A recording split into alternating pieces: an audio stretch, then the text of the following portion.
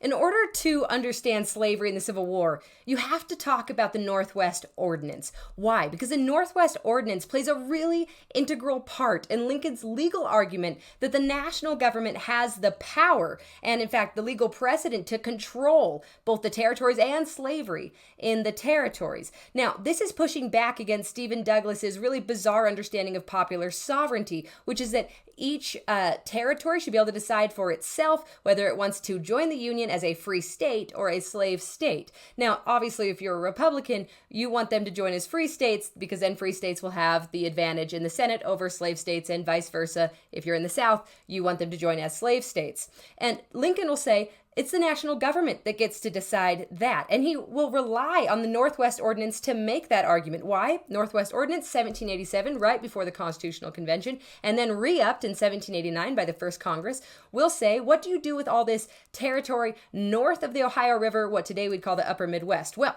the national government gets to control that territory. There's a procedure by which parts of this territory can become states, and slavery is prohibited from this territory. And this is upheld by the Supreme Court. So this is the crux of Lincoln's legal argument against the expansion of slavery into the territories.